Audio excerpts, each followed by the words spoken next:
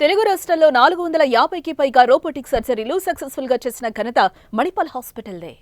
నమస్కారం, welcome to Suman TV. నేను గీతాంజలి. 2025వ సంవత్సరం వచ్చేసింది. మరి ద్వాదశ రాశుల్లో జన్మించిన వారి జాతక ఫలితాలు ఏ విధంగా ఉండబోతున్నాయి? మెరుగైన ఫలితాల కొరకు ఎటువంటి పరిహారాలు వారు చేసుకోవాలి? మంచిగా ఉన్న రాశులు ఏవి, అంటే మంచి ఫలితాలను ఇచ్చేటువంటి రాశులు ఏ ఉన్నాయి, అలాగే చెడు ఫలితాలు ఏ రాశులు వారు అందుకోబోతున్నారు? ఈ వివరాలన్నీ ఇవాళ వీడియోలో నేను మీకు వివరిస్తాను. వివరించేందుకు ప్రస్తుతం మనతో పాటు ఉన్నారు ప్రముఖ జ్యోతిషులు బ్రహ్మశ్రీ నందిబట్ల శ్రీహరి శర్మ గురువు గారు. వారితో మాట్లాడదాం. గురుగారు నమస్కారం అండి. వాగర్థ వివ సంపృక్తౌ వాగర్థ ప్రతిపత్తయే జగతః పితరౌ వందే పార్వతీ పరమేశ్వరౌ. సదాశివ సమారంభాం శంకరాచార్య మధ్యమాం అస్మదాచార్య పర్యంతం వందే గురు పరంపరాం. ఆదిత్యాయ చ సోమాయ మంగళాయ బుధాయ చ గురు శుక్ర శనిభ్యశ్చ రాహవే కేతవే నమః. శృంగేరి జగద్గురు పీఠాధిపతులకి, కంచి పీఠాధిపతులకి నమస్కారములు తెలియజేసుకుంటూ కార్యక్రమాన్ని ప్రారంభిద్దాం. వీక్షించేటువంటి సుమన్ టీవీ ప్రేక్షకులకి గమనిక, ఇప్పుడు మనం చెప్పుకోబోయేటువంటి రాశి ఫలాలు ఏవైతే ఉన్నాయో అవన్నీ కూడా ఆంగ్ల నూతన సంవత్సర గమనాన్ని దృష్టిలో పెట్టుకొని జనవరి 1వ తారీఖు నుంచి డిసెంబర్ 31వ తారీఖు వరకు మాత్రమే ఉన్నటువంటి గ్రహాల స్థితిగతులను బట్టి వివిధ రాశుల వారికి ఏ విధంగా ఉండబోతుందో తెలుసుకుందాం. మనకు సాంప్రదాయానుసారంగా వచ్చేటువంటి ఉగాది నుంచి ప్రారంభమయ్యే రాశి ఫలితాలని, అనగా వచ్చే విశ్వావసునామ సంవత్సరానికి సంబంధించి ఉగాది ప్రారంభమయ్యడానికి అంటే ముందుగా మళ్ళీ ఆ యొక్క ఉగాది సందర్భంగా మళ్ళీ వివిధ రాశుల వారికి సంబంధించి రాశుల ఫలితాలు ఇవ్వడానికి ప్రయత్నం చేస్తాను. కాబట్టి ఇటువంటి దాంట్లో ప్రపంచమంతా అంగీకరిస్తున్నటువంటిది 2025 నూతన సంవత్సరం. అదేవిధంగా మనము కూడా ఆంగ్ల నూతన సంవత్సరం అనేటువంటి భావనతో ఈ యొక్క కార్యక్రమం చేస్తున్నాం. అదే ఉగాది నాడైతే మార్చి 29వ తారీఖు నుంచి మళ్ళీ 2026-28 వరకు ఉండేటువంటి గమనం వరకు ఉండేది చెప్పేటువంటిది. అవి మనం మరియు వీడియోలో తెలియజేసుకుందాం. అదే అడగబోతున్నాను గురుగారు. అంటే సాధారణంగా ఒకటే ప్రశ్న అడుగుతారు, ఉగాది కదా అసలు చెప్పాలి జాతక ఫలితాలు అనేవి, ఈ లోపు ఏంటి అంటే ఒక సాంప్రదాయంగా అది కొనసాగిపోతుంది. అంటే మనకేమని చెప్పబడింది అంటే, ధర్మం ఏం చెప్పబడింది శాస్త్రంలో అంటేనమ్మా, ప్రపంచమంతా ఏది ఒక విషయం గురించి ఒక తాటి మీద ఉంటుందో అది ధర్మమే కూర్చుంటుంది, శాస్త్రమే కూర్చుంటున్నాం. ఇక మరి ద్వాదశ రాశుల వారి జాతక ఫలితాలు తెలుసుకుందాం.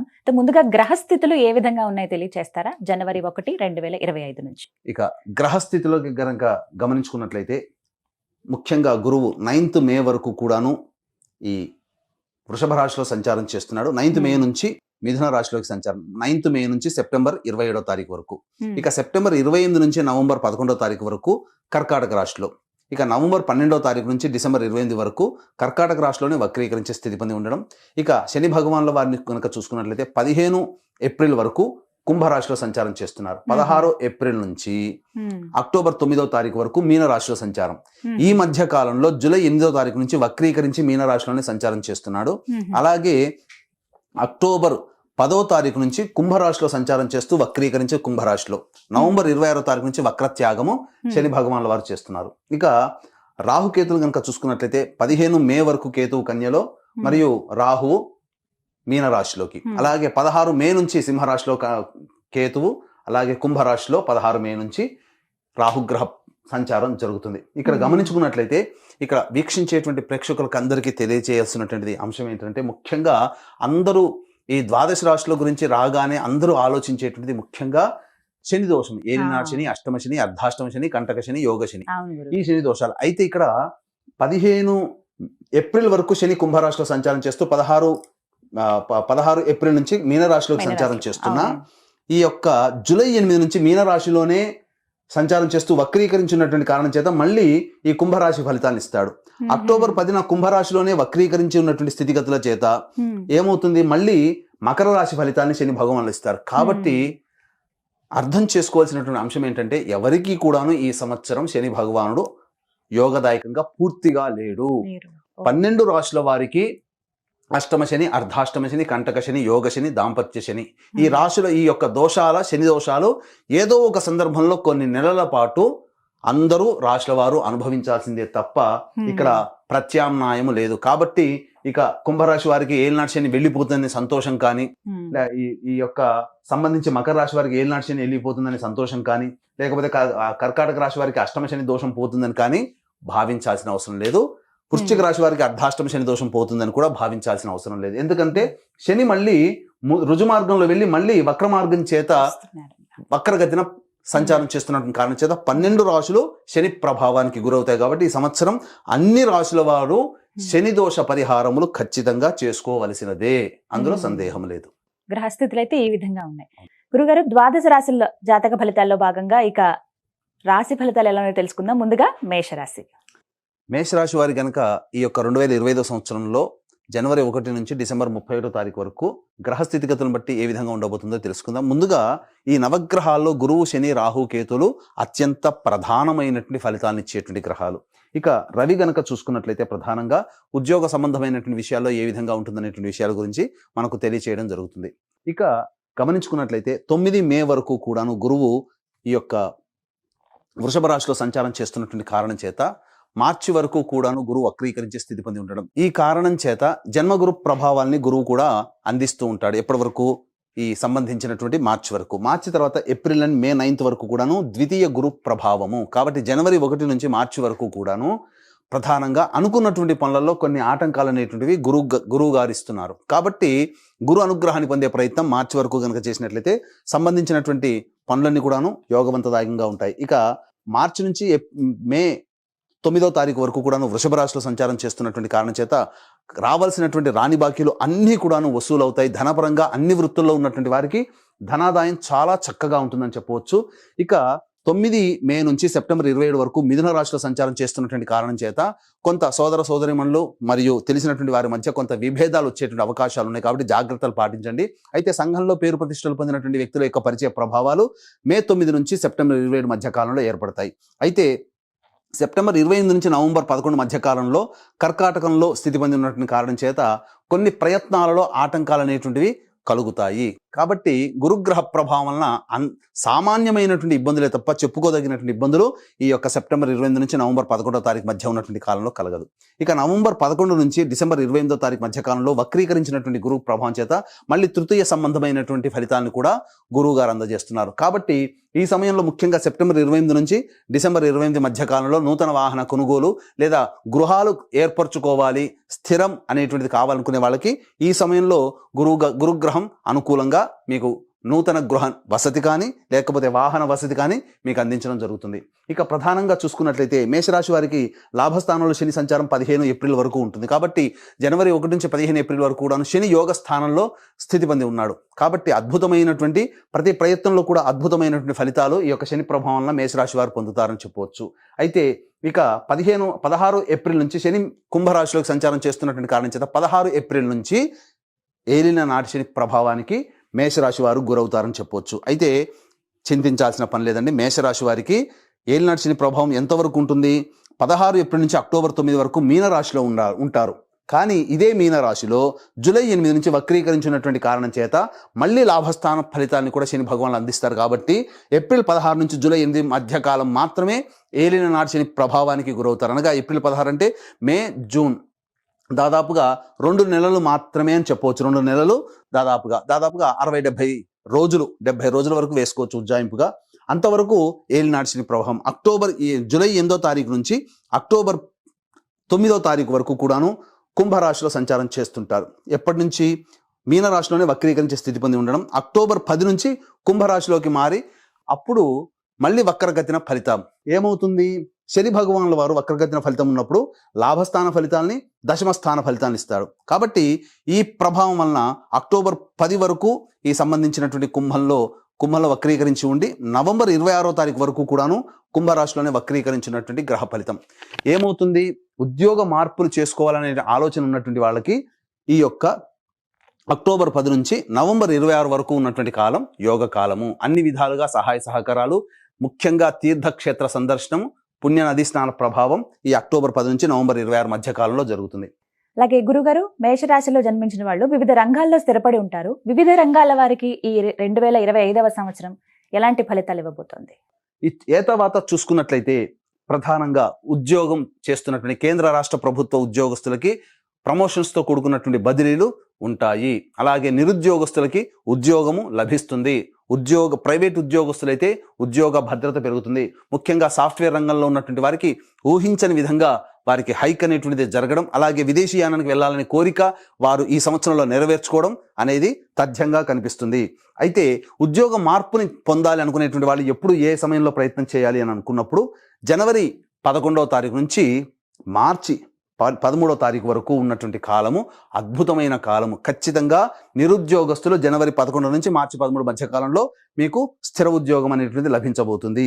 ఇక ఉద్యోగం చేస్తున్న వాళ్ళకైతే ప్రమోషన్స్తో కూడుకున్నటువంటి బదిలీలు అనగా ఇంక్రిమెంట్స్ కావచ్చు, ప్రమోషన్స్ కావచ్చు, లేదా వేరే ప్రాంతానికి బదిలీలు ఈ యొక్క జనవరి 11 నుంచి మార్చి 13వ తారీఖు వరకు కూడాను ఉండబోతుంది.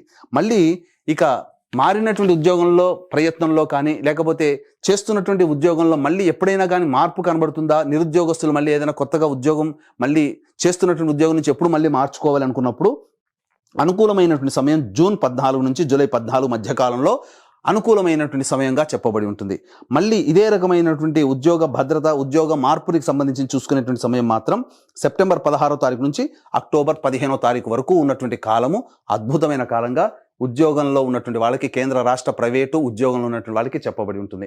అయితే ఇక్కడ ఏతావాత చెప్పుకొచ్చినది ఏమిటంటే ముఖ్యంగా ఈ మేషరాశి వారికి 2025వ సంవత్సరంలో అన్ని రంగాలలో ఉన్నటువంటి వారికి గురు గ్రహము, శని గ్రహము, అలాగే రాహుకేతులు కూడాను అనుకూలంగా ఉంటాడు. ముఖ్యంగా చూసుకున్నట్లయితే రాహు కేతువు 6వ స్థానంలో 15 మే వరకు యోగించేటువంటి స్థితిలో ఉండడం, అలాగే రాహువు కూడాను గమనించుకున్నట్లయితే 12వ స్థానంలో ఉన్నప్పటికీ కూడాను యోగకారకంగానే సామాన్యమైనటువంటి కష్టాలే ఉంటాయి, కానీ కేతు అద్భుతమైనటువంటి యోగాన్ని ఇవ్వబోతున్నాడు.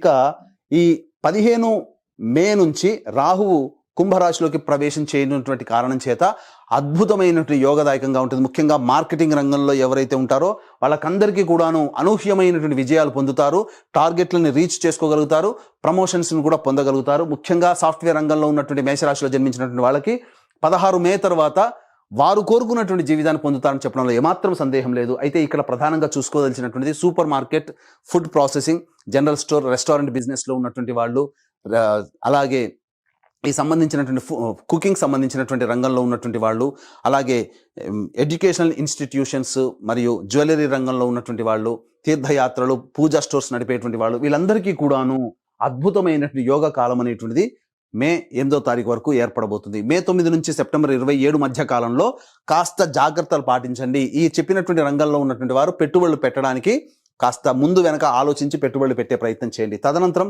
కర్కాటక రాశిలోకి ఎప్పుడైతే గురువు మారుతాడో తద్ఫలితంగా వాహన కొనుగోలు, గృహ కొనుగోలు, గృహ మార్పు, వాహన మార్పు అనేటువంటిది ఖచ్చితంగా సూచించబడుతుంది. ఈ సంబంధించినటువంటి ఈ ముఖ్యంగా ఎడిబుల్ ఆయిల్స్ రంగంలో ఉన్నటువంటి వాళ్ళు, తోలు పరిశ్రమలకు సంబంధించినటువంటి వాళ్ళు, అలాగే స్టీల్ రంగంలో ఉన్నటువంటి వారు, ఇనుము వ్యాపారం చేసేటువంటి వాళ్ళకి అందరికీ కూడాను ఈ సంవత్సరం అద్భుతమైనటువంటి యోగదాయకంగా ఉంటుంది. ప్రధానంగా గమనించుకున్నట్లయితే ఏసీ, రిఫ్రిజిరేటర్స్ సంబంధించినటువంటి వ్యవస్థలో అమ్మేటువంటి వాళ్ళకందరికీ కూడా యోగదాయకంగా ఉండేటువంటి పరిస్థితి కనబడుతుంది. ఇక గమనించుకున్నట్లయితే మేషరాశిలో జన్మించినటువంటి రాజకీయ ప్రముఖులు ఎవరైతే ఉంటారో వారు ఈ గురు శని గ్రహ ప్రభావం వలన ఖచ్చితంగా ప్రజాదరణ పొందినటువంటి పదవిలో కానీ లేకపోతే పెద్దవారి యొక్క అనుగ్రహంతో నామినేటెడ్ పోస్టులు పొందడం కానీ రాజకీయ రంగంలో ఉన్నటువంటి వాళ్ళకి లభించబోతుంది. మీ యొక్క ప్రయత్నానికి గుర్తింపు అనేటువంటిది పెద్దల నుంచి ఆశీర్వచనాలు మీకు కలుగుతాయి.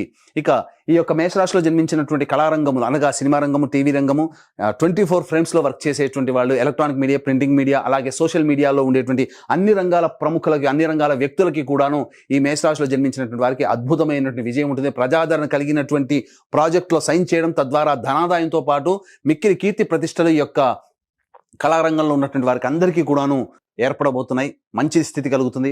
అలాగే ఈ యొక్క మేషరాశిలో జన్మించినటువంటి ప్రధానంగా రైతులు ఎవరైతే ఉంటారో వాళ్ళు చేసేటువంటి 2 పంటలు కూడాను అద్భుతంగా దిగుబడి వస్తుంది, మంచి జరుగుతుంది. అలాగే ఈ యొక్క సంబంధించినటువంటి ఈ లాయర్లు బిజినెస్లో ఉన్నటువంటి వాళ్ళు, అలాగే మున్సిపాలిటీ డిపార్ట్మెంట్లో ఉన్నటువంటి వాళ్ళు, ఎలక్ట్రానిక్ అండ్ ఎలక్ట్రికల్ రంగంలో ఉన్నటువంటి వాళ్ళు, ముఖ్యంగా ఈ సంబంధించిన కరెంటుకు సంబంధించినటువంటి వృత్తుల్లో ఉన్నటువంటి వాళ్ళకందరికీ కూడాను యోగదాయకమైనటువంటి పరిస్థితి అనేటువంటిది ఉంటుంది. అయితే ప్రధానంగా గమనించుకున్నట్లయితే ఈ యొక్క సంబంధించినటువంటిది మే 9 నుంచి సెప్టెంబర్ 27 మధ్య కాలంలో ఉన్నటువంటి కాలంలో దంపతుల మధ్య కొంత విభేదాలు ఏర్పడి పొరపచ్చాలు వచ్చే అవకాశాలు ఉంటాయి. కాబట్టి లౌక్యంతో వ్యవహరించి ప్రతిదీ కూడా సమస్యను పరిష్కారం చేసుకునే దిశగా ఉన్నట్లయితే చాలా మంచి శుభ ఫలితాలు అనేటువంటి పొందుతారని చెప్పొచ్చు. వివాహం కావాల్సినటువంటి అబ్బాయిలు, అమ్మాయిలు ఎవరైతే ఉంటారో ఈ యొక్క సంబంధించినటువంటి సెప్టెంబర్ మే 9 నుంచి సెప్టెంబర్ 27 మధ్య కాలంలో వివాహము నిశ్చయం అవుతుంది, అందులో సందేహం లేదు. అలాగే మార్చి లోపల కూడా వివాహ ప్రయత్నాలు చేస్తే, జనవరి నుంచి మార్చి లోపల వివాహ ప్రయత్నాలు చేసినా అవి వివాహం చక్కగా కుదిరి దాంపత్య జీవితంలో అడుగు పెడతారని చెప్పొచ్చు. అయితే పూర్వంలో అనగా 2024 సంవత్సరంలో దంపతులుగా ఉన్నటువంటి వాళ్ళకి ఏవైనా విభేదాలు వచ్చినా, అలాగే భాగస్వామ్య వ్యాపారంలో ఉన్నటువంటి వాళ్ళు ఏమైనా విభేదాలు వచ్చినా అవన్నీ కూడాను కూర్చొని పరిష్కరించుకొని మళ్ళీ తిరిగి మంచి సుఖ జీవనాన్ని పొందే అవకాశం ఈ యొక్క 2025 సంవత్సరంలో మేషరాశిలో జన్మించినటువంటి వాళ్ళకి ఉంటుందని చెప్పొచ్చు. ముఖ్యంగా విద్యార్థులకి జ్ఞాపక శక్తి అధికంగా ఉండడము, చేస్తున్నటువంటి ఈ యొక్క ప్రవేశ పరీక్షల్లో మీ యొక్క శ్రమకు తగినటువంటి ఫలితం కనబడుతూ ఉండడము, అధిక శాతం ఉత్తీర్ణత శాతాన్ని పొందడము, తద్వారా మీరు కోరుకున్నటువంటి యూనివర్సిటీలో మీకు ప్రవేశం జరగడం అనేటువంటిది గోచరమవుతుంది. ముఖ్యంగా సంతానం కోసం ఎదురు చూసేటువంటి ఈ మేషరాశిలో జన్మించినటువంటి స్త్రీ పురుషులు ఎవరైతే ఉంటారో మే 9 నుంచి సెప్టెంబర్ 27 మధ్య కాలంలో సంతానం తప్పకుండా అంది తీరుతుంది, అందులో సందేహం లేదు. గురుగారు, మరి మేషరాశిలో జన్మించిన మహిళలకు ఈ సంవత్సరం ఎలా ఉండబోతోందండి? ఈ యొక్క రాశిలో జన్మించినటువంటి స్త్రీలకి గౌరవం పెరుగుతుంది, ఇంటిలో మాట పెరుగుతుంది, బాధ్యత యుతమైనటువంటి స్థితిగతులు కలుగుతాయి. ఒకటి గుర్తుపెట్టుకుని, బాధ్యత ఎప్పుడైతే పెరుగుతుందో కష్టములు ఆ విధంగానే ఉంటాయి. కాబట్టి కష్టంలో పడక తప్పదు. మేషరాశిలో జన్మించినటువంటి స్త్రీలు ఆరోగ్యం పట్ల శ్రద్ధ వహించాల్సినటువంటి పరిస్థితి. అన్నిటికంటే ప్రధానంగా గమనించుకున్నట్లయితే ఈ యొక్క సంబంధించినటువంటి సెప్టెంబర్ 28 నుంచి నవంబర్ 11 మధ్య కాలంలో సంతానం కోసం ఎదురు చూసేటువంటి వాళ్ళకి కొంత మిస్క్యారీస్ అయ్యేటువంటి అవకాశం ఉంటుంది. ఎసిడిటీ లేదా ఇండైజెషన్ ప్రాబ్లంతో సెప్టెంబర్ 28 నుంచి నవంబర్ 11 తారీఖు మధ్య కాలంలో ఏర్పడేటువంటి అవకాశం ఉంది. కాబట్టి జాగ్రత్తలు పాటించండి. అలాగే వాహనం నడిపేటప్పుడు కూడాను ఈ యొక్క కొన్ని సందర్భాలలో, ముఖ్యంగా ఈ యొక్క మేషరాశి వారికి సంబంధించి వాహనం నడిపేటప్పుడు జాగ్రత్తలు పాటించాల్సినటువంటి పరిస్థితి. కాబట్టి అన్ని రంగాలుగా చూసుకున్నట్లయితే ఈ మేషరాశిలో జన్మించినటువంటి వారికి శుభ ఫలితములే అధికంగా ఉన్నాయి. కాబట్టి చక్కగా దైవానుగ్రహాన్ని పొందే ప్రయత్నం చేసుకున్నట్లయితే మంచి స్థితిగతులు కలుగుతాయి. అయితే ఇక్కడ గమనించాల్సినటువంటి అంశము, మేషరాశిలో జన్మించినటువంటి స్త్రీ పురుషులు ఎవరైనా కానీ వివాహం కాకపోతే తల్లిదండ్రుల జాతకము, తోడబుట్టిన వాళ్ళ జాతకము, వివాహం అయితే కనుక భర్త లేదా భార్య జాతకం, కడుపున పుట్టిన సంతానం జాతకం కూడా మీ మీద ప్రభావం చూపుతుంది. కాబట్టి ఈ యొక్క 2025 సంవత్సరంలో మేషరాశిలో జన్మించినటువంటి వారికి అందరికీ కూడాను మీ సంకల్పం నెరవేరాలి అనేటువంటి సదుద్దేశంతో జాతకరీత్యా కలుగు విద్య, వివాహ, ఉద్యోగ, దాంపత్య, సంతాన, అనారోగ్య సమస్యల నివారణకి మరియు 12 రాశులు ఇంతకుముందు చెప్పుకున్నట్టుగా 12 రాశులు శని ప్రభావానికి గురవుతాయి. కాబట్టి శనిదోష నివారణ పూజల హోమాల్లో భాగంగా సర్వదోష నివారణ పూజల హోమాలు ఒక్కొక్క నెల ఒక్కొక్క పుణ్యక్షేత్రంలో 12 నెలలు సంవత్సరం పాటు కూడా మీ కుటుంబ సభ్యుల గోత్రనామాదులతో చేయించడం జరుగుతుంది. అవకాశం ఉన్న వాళ్ళు కార్యక్రమ తదనంతరం కాంటాక్ట్ చేసి మీ గోత్రనామాదులు నమోదు చేసుకోవచ్చు. అలాగే తండ్రి వైపు 6 తరాలు, తల్లి వైపు 3 తరాలు, భర్త వైపు 6 తరాలు, భార్య వైపు 3 తరాల్లో ఏవైనా దుర్మరణాలున్నా, లివర్ ప్రాబ్లం, కిడ్నీ ప్రాబ్లం, క్యాన్సర్తో ఎవరైనా కుటుంబ సభ్యులు మరణించినా, 60 సంవత్సరాల లోపల కుటుంబ సభ్యులు ఎవరైనా చనిపోయినా వాటిని పితృదోషం అంటారు. కాబట్టి ప్రతి నెల పితృదోష నివారణ కార్యక్రమాలు కూడా పీఠం ఆధ్వర్యంలో జరిపించబడుతున్నాయి. వాటి వివరాలు కార్యక్రమ తదనంతరం కాంటాక్ట్ చేసి తెలుసుకోవచ్చు. గురుగారు, మరి జాతక ఫలితం ఏ విధంగా ఉంటుందో చెప్పారు. సాధ్యమైనంత వరకు బాగుంటుందని చెబుతున్నారు. ఇంకా మెరుగైన ఫలితాలు వారు పొందాలంటే కనుక ఎటువంటి పరిహారాలు చేసుకుంటే బాగుంటుంది మేషరాశి వారు? మేషరాశి వారు ప్రధానంగా ప్రతిరోజు దత్తాష్టకము, అలాగే కాలభైరవాష్టకము, రుద్ర కవచము ప్రతిరోజు కూడా రోజుకు 3 సార్లు పారాయణం చేస్తూ, మంగళవారం నాడు ఉపవాస నియమాన్ని పాటిస్తూ కనుక ఉన్నట్లయితే ఈ 2025 సంవత్సరంలో వచ్చేటువంటి సమస్యలు చాలా మటుకు పరిష్కరించుకోగలుగుతారు. అయితే ఇప్పుడు చెప్పినటువంటి విధంగా ఈ ఫలితాలకి భిన్నంగా మీ యొక్క జీవితం ఉన్నట్లయితే మీ యొక్క జన్మజాతకంలోని నడుస్తున్నటువంటి గ్రహ దశాంతర దశల ప్రభావాలు కావున దగ్గరలోని మంచి ఉపాసనా పరులైనటువంటి జ్యోతిష్య పండితుని సంప్రదించి వారి సలహాలు, సూచనలు కనుక పాటించినట్లయితే మరింత మెరుగైనటువంటి జీవితాన్ని పొందుతారని ఆశిస్తూ సర్వం శ్రీ ఉమామహేశ్వర పరబ్రహ్మార్పణమస్తు. ఈ 2025 సంవత్సరంలో మేషరాశి వారి జాతక ఫలితాలు, అలాగే వారు చేసుకోవాల్సిన పరిహారాలు చక్కగా వివరించారు గురుగారు. నమస్కారం అండి.